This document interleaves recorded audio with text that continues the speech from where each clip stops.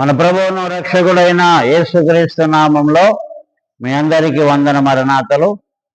మరి ఈరోజు దేవుని యొక్క వాక్యము నుండి ఇశ్రాయేలు ప్రజలు చేసిన కొన్ని పాపములో మూడవ పాపము.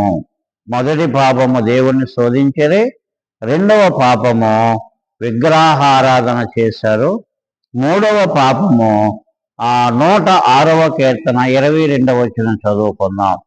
ఎర్ర సముద్రము యొద్ద భయము పుట్టించు క్రియలను చేసిన తమ రక్షకుడైన దేవుణ్ణి మర్చిపోయిరి. ఏం చేశారంట? మూడవ పాపము, దేవుణ్ణి మర్చిపోయారంట. ఎర్ర సముద్రం యొద్ద ఎన్నో అద్భుతమైన క్రియలు చేసిన, ఎన్నో అద్భుతాలు చూడండి.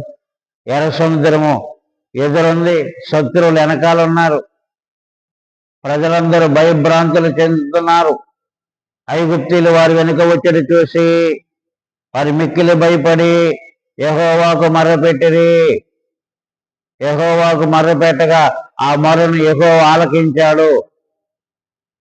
ఆలకించి దేవుడు అద్భుతంగా ఆ ఎర్ర సముద్రాన్ని పాయలుగా చేసి ఆరిన నేలగా చేశాడు. ప్రజలందరూ ఆ ఆరిన నేలలో నడుచుకుంటూ ఆవలగొట్టికి చేరారు.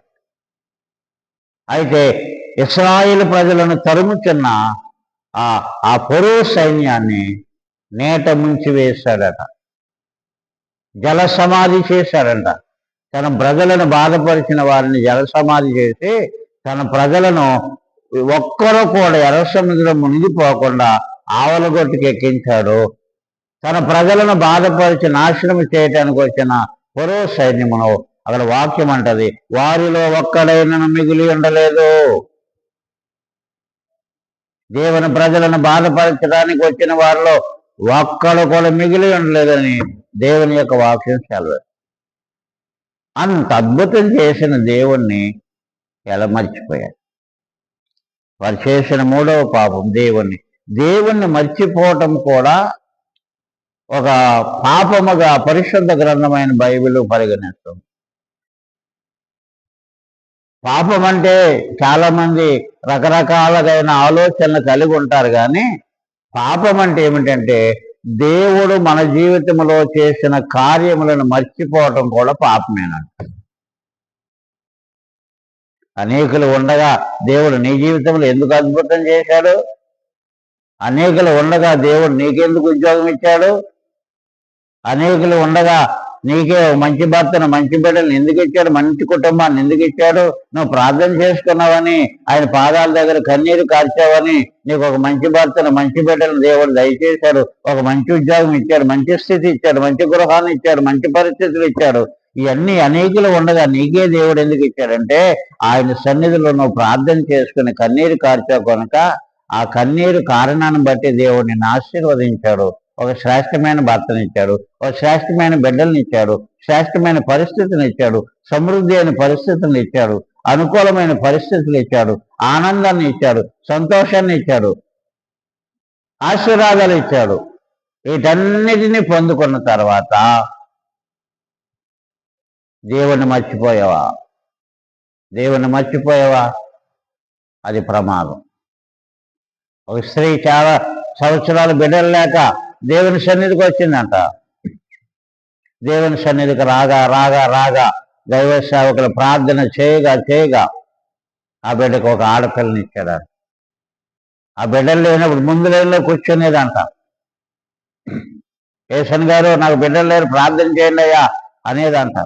ప్రార్థన చేయించుకోగా దైవ సేవకుడు ప్రార్థన చేయగా ఒక ఆడబిడ్డని ఇచ్చాడు. ఆడబిడ్డను ఇవ్వగానే దేవుని మందిరం రావటం మానేసి, సంవత్సరం అయింది దేవుని మందిరం మానేసి,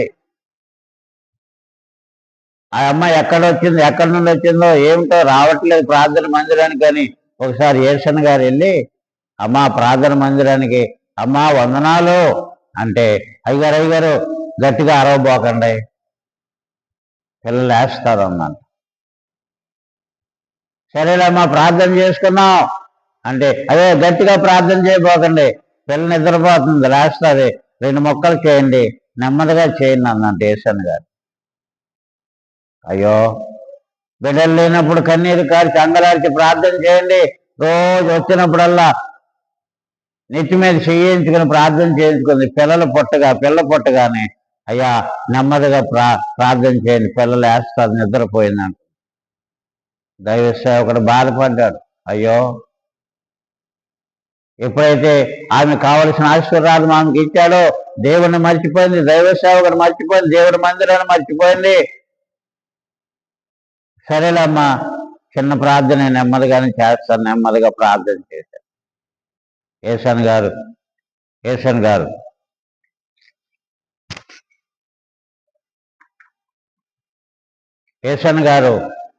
మరి ప్రార్థన చేసి వచ్చేసిన తర్వాత వారం 10 రోజులకి ఆ బిడ్డ చనిపోయిందంట. ఎప్పుడైతే చనిపోయిందో మళ్ళా తల్లి మొదట్లో ఇళ్ళకి వచ్చి ఏడుస్తున్నాను.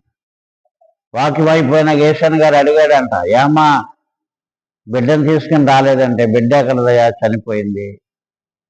చూసారా, దేవుని మర్చిపోకూడదు. నువ్వే ఆశీర్వాదం కొరకు దేవుని సన్నిధిలో ప్రార్థన చేస్తున్నావో, ఏ ఆశీర్వాదం కొరకు దేవుని సన్నిధిలో మొరపెడుతున్నావు, ఉపవాసం ఉండి కన్నీరు కార్చి విజ్ఞాపన చేస్తున్నావో, ఆ ఆశీర్వాదాలు దేవుడు నీకు ఇస్తాడు. ఇశ్రాయేలు ప్రజల వారు నువ్వు మర్చిపోయావా, మరలా నేను మొదటి స్థితికి దేవుడు నడిపిస్తాడు. నీకంటే జ్ఞానము గలవాడు, నీకంటే శక్తి గలవాడు దేవుడు. ఆయనకి తెలుసు నేను ఎలాగ దీవించాలో తెలుసు, ఎలాగో ఆ ఆశీర్వాదాల నుండి నేను ఎడమ చేయాలో కూడా ఆయనకి తెలుసు. దేవునికి చెందవలసిన మహిమ ఆయనకి చెందకపోతే, ఆ మహిమను ఎవరైనా దొంగిలిస్తే ఆయన సహించేవాడు కాదు. ఎందుకు మనల్ని దేవుడు ఆశీర్వదిస్తున్నాడంటే, ఆయన జ్ఞాపకం చేసుకోవాలి, ఆయన మర్చిపోకూడదు, ఆయన స్తుతించాలి, ఆయన ఆరాధించాలనే ఆలోచనతోనే దేవుడు నిన్ను నన్ను ఆశీర్వదిస్తున్నాడు. ఆశీర్వాదాలు పొందుకున్న తర్వాత దేవునికి దూరం అయిపోయి, దేవుని సహవాసానికి దూరం అయిపోయి నీ ఇష్టానుసారంగా నువ్వు జీవిస్తే ఆయన ఊరుకునేవాడు కాదు. నీ ప్రాణములను క్షీణింపజేస్తాడు, నీ సంతోషాన్ని దుఃఖముగా మారుస్తాడు. ఆయన చాలా జాగ్రత్తగా ఉండాలి. దేవుని విషయంలో ఇశ్రాయేలు ప్రజలు ఆయన చేసిన కార్యములనంట మరిచిపోయి వారి ఇష్టానుసారంగా బ్రతుకుతున్నారు. దేవుణ్ణి మర్చిపోవటం కూడా ఎంతో పాపం అని బైబిల్ చెప్తావు. అందుకే దావీదు అంటే, నా ప్రాణమ యెహోవాను సన్నిధించము, నా అంతరంగమా ఆయన చేసిన ఉపకారము ఆ సమస్తమును ఆయన సన్నిధించము. ఆయన చేసిన ఉపకారములలో దేనిని మరవద్దు. నువ్వు మర్చిపోయావా ప్రమాదం. దేవునికి మహిమ, దేవునికి రావలసిన మహిమ ఆయనకి చెందకపోతే ఆయన భలే కోపగిస్తాడు. ఆయన కోపం క్షణకాలమే ఉండను కానీ మన జీవితాలు తారుమారైపోతాయి. ఈరోజు దేవుని యొక్క వాక్యాన్ని వింటున్న ప్రియమైన దేవుని ప్రజలారా, దేవుని మర్చి బ్రతుకుతున్నావా? దేవుని కార్యాలను పొందుకుని దేవుని మర్చిపోయిన స్థితిలో నీవుంటే దయచేసి గమనించి ప్రభు దగ్గరికి రా, క్షమాపణ కోరుకో. అయ్యా, నీ కార్యములు మరిచి బ్రతుకుతున్నా, నన్ను క్షమించని ఆయన స్తుతించడం మొదలుపెట్టు. ఆయన కార్యములు జ్ఞాపకం చేసుకో.